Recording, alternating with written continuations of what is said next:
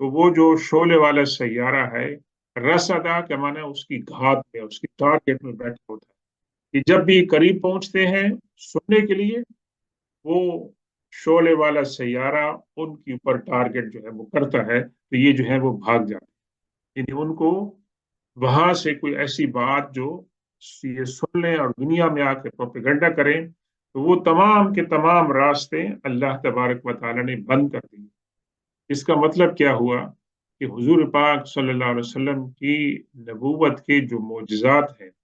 اس میں سے ایک معجزہ اللہ تعالیٰ ہمیں بتا رہا ہے کہ اللہ تبارک و تعالیٰ نے آپ کی نبوت کو، چونکہ قرآن نے جو ہے آخری کلام کے طور پر دنیا کے سامنے پیش ہونا تھا، تو اللہ تبارک و تعالیٰ نے جتنے بھی انسان کی طرف سے، جنات کی طرف سے، شیطان کی طرف سے جو ممکنہ کرپشن کے راستے ہو سکتے تھے، ان تمام کو اللہ تبارک و تعالیٰ نے بند فرما دیا کہ انسانوں تک جو ہے وہ اللہ تبارک و تعالیٰ کا خالص کلام جو ہے وہ پہنچے۔ اور پھر اللہ تبارک و تعالیٰ نے اس کے بعد بھی انتظام فرما دیا، انا نحن نزلنا ذکر و انا لہ لحافظون، کہ انسان حضور پاک صلی اللہ علیہ وسلم کے پاس جو کلام پہنچے اس کی جو ہے صحیح پریزرویشن ہو۔ آپ کے پاس سکرائب تھے، آپ ان کو بلاتے تھے، ان کو املا کراتے تھے، پھر ان سے پوچھتے تھے کہ تم نے کیا لکھا ہے، اور پھر ان کو یہ فرماتے تھے کہ ان آیات کو کون سی صورت کے اندر تم نے درج کرنا ہے، اور پھر حضور پاک صلی اللہ علیہ وسلم کے سینے پر کلام جو ہے وہ لکھا جاتا تھا۔ صحابہ کرام جو ہے وہ اورل ٹرانسمیشن کرتے تھے، یعنی زبانی طور پر اس کو حفظ کرتے تھے، اور چند صحابہ کرام تھے کہ جو اس کو لکھ بھی لیتے تھے۔ تو یہ تمام انتظامات تھے جو یونیک تھے حضور پاک صلی اللہ علیہ وسلم کی رسالت کے لیے اور آپ کی کتاب کی حفاظت کے لیے، چونکہ انبیاء کرام جو پہلے آئے تھے ان کو کتاب لکھ کر ان کو دے دی گئی تھی کہ یہ آپ کی جو ہے کتاب ہے۔ قرآن جو تھا وہ اس معاملے میں مختلف تھا، اور اس نے 23 ایئرس کے اندر جو ہے گریجولی ریویل ہونا تھا۔ تو اللہ تعالیٰ نے تمام انتظامات اس کی سیکیورٹی کے لیے